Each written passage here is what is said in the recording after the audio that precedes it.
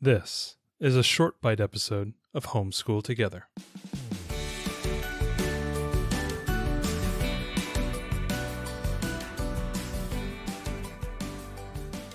Hello and welcome to Homeschool Together Short Bite Edition Gameschooling After Dark series that we're going to continue here. We want to be able to facilitate, those parents and those game schoolers and those people who want to do some games that maybe the toddlers or the 3-year-olds can't do. Yeah. And when they put them down to sleep, what do you do in the evening with your 7, 8, 9-year-old? What are those great games that you can do to facilitate additional learning, but, have it come in more in adult games, not the children's games, not the Haba or the Game Right games. Not saying you can't play some Game Right games. Oh no, we love the Game Right games, but these games have a higher threshold, a higher barrier to entry as far as age. Can be more complex, a little bit more strategery, a little bit more of advanced thinking around those lines. Right. So today we're going to go into the mind of Gaudi and play Sagrada. That is in the image of the Sagrada Familia that is set in Barcelona. Ariel and I actually went to go see the Sagrada Familia. I think maybe we'll post some pictures of us. Yeah, when our daughter was 17 months old. And it's really wild church. If you have a chance, Google it. I'm sure a lot of people, if you see it, you go, oh, I've seen pictures of that. Seeing it in person. It's like a whole nother world. And the pictures you see online, you just look at it and you go, that is wild. It's even more wild when you're standing in front of it going, I can't believe they've been spending 100 years building this thing. You think you look back and you hear about these crazy old churches like Notre Dame or St. Peter's or whatever, and it takes so long to build these things. And you're like, wow, how did they spend 400 or 500 years building these things? And this is a modern church, and they are spending 100 years building this thing. It's right. wild. It's all concrete it's really interesting. So they built a game called Sagrada, and I think what they take their inspiration mostly from is in the Sagrada Familia, there is a lot of stained glass work. Beautiful work that brings in a lot of color when you walk through the main room, the main, chapel. And they take that inspiration and bring that color and the idea of the stained glass into the game. So what is the game and how do you play it? So this is a dice drafting game. So there are 90 dice in 5 colors. And they're little dice. They're so cute. They're really beautiful dice. They go into a bag. You're going to pick out a number of them, which is all of the players plus 1. Roll those dice.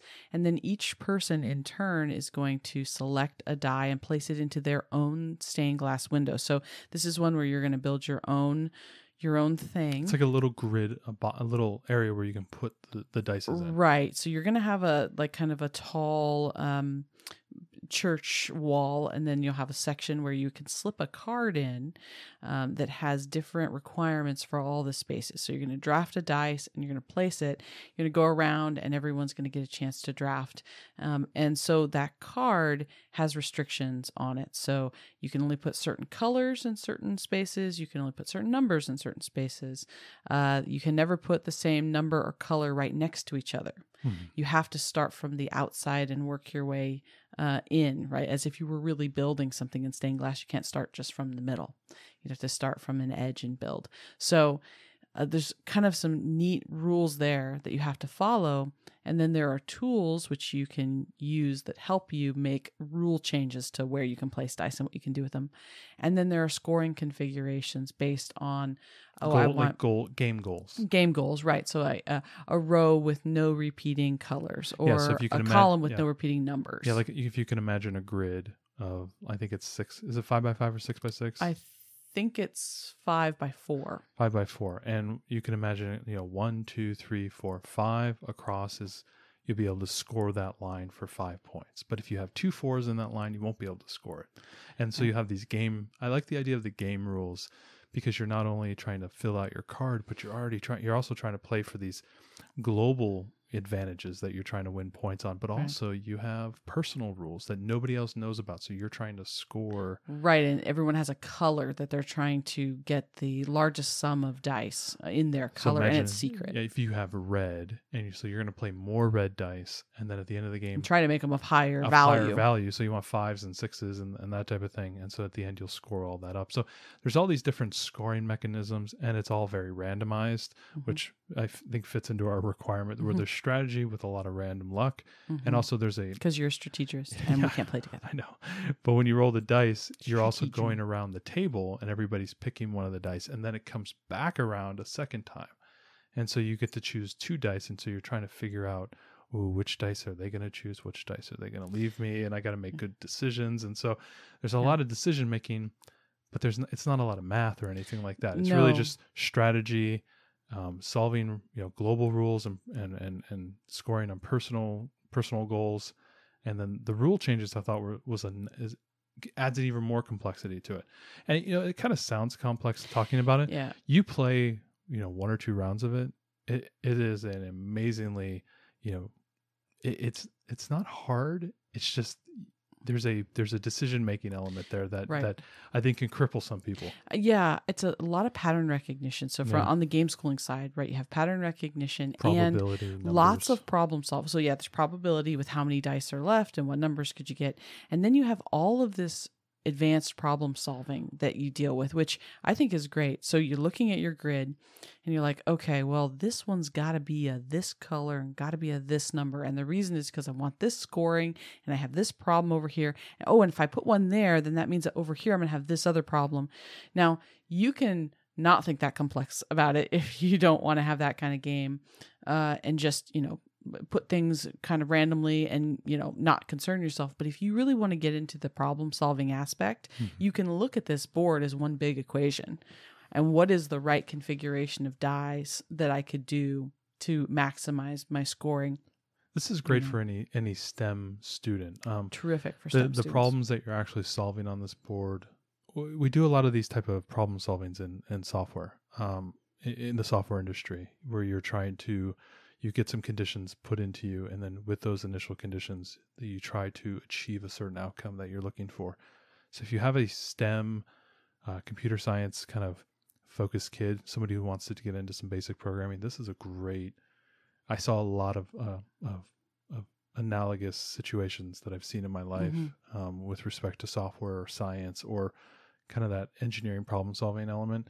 This is a great game for that, but it's kind of built into this it's a church in Spain and I'm doing stained glass and everything, but it has embedded within it this beautiful problem solving probability type of structure within it that I was very impressed with. I know you got it, and then you pulled it out, and I'm like, oh God, I don't know what I'm getting myself into this one. The wife gets me all these games, but I don't know which one. And I was really blown away the first time I played it, and just how well it goes after those concepts, and it does it in such a really nice manner. This is one of the kind of strategy games that I love the most because the rules are not difficult. No. You can play this with almost anyone. It's not complex. There's enough randomness that my strategist husband cannot just totally wipe the floor with me. And the problem is set.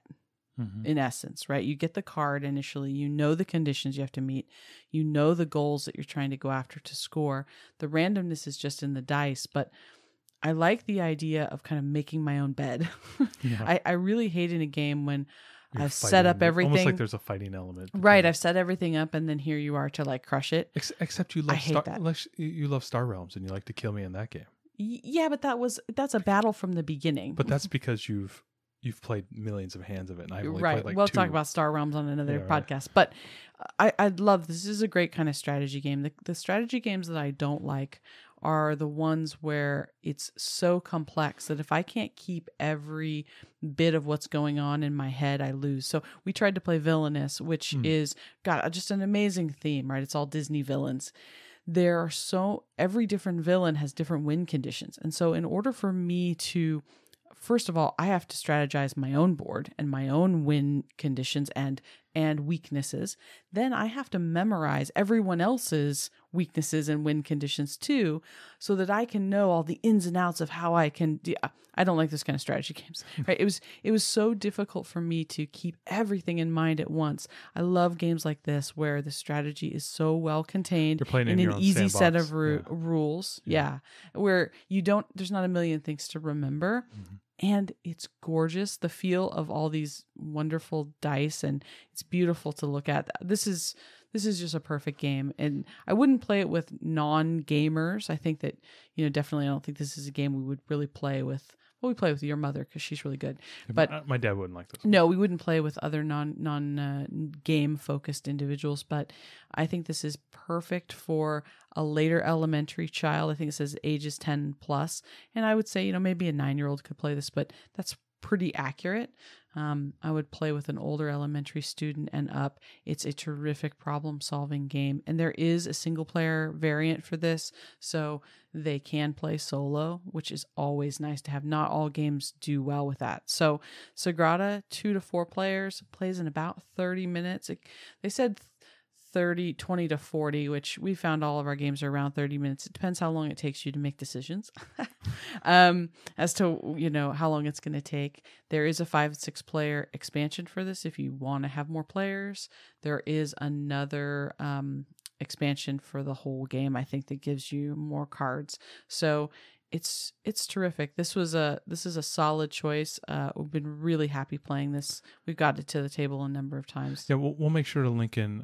We have these really beautiful roll dice trays. Oh yeah, the dice trays are fabulous. It's like a matte tray. It's got kind of these nice walls. Really nice when you're rolling this many dice. Mm-hmm.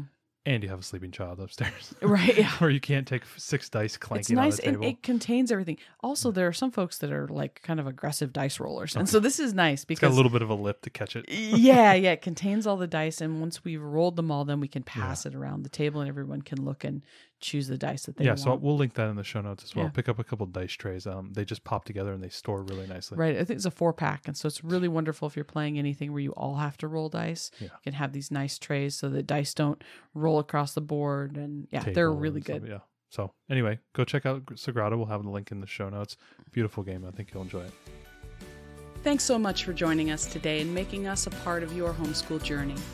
Please engage with us on social media. Join our Homeschool Together podcast group on Facebook and find us at Homeschool Together Podcast on Instagram. We'd love to hear your feedback, questions, and recommendations. Until next time, happy homeschooling!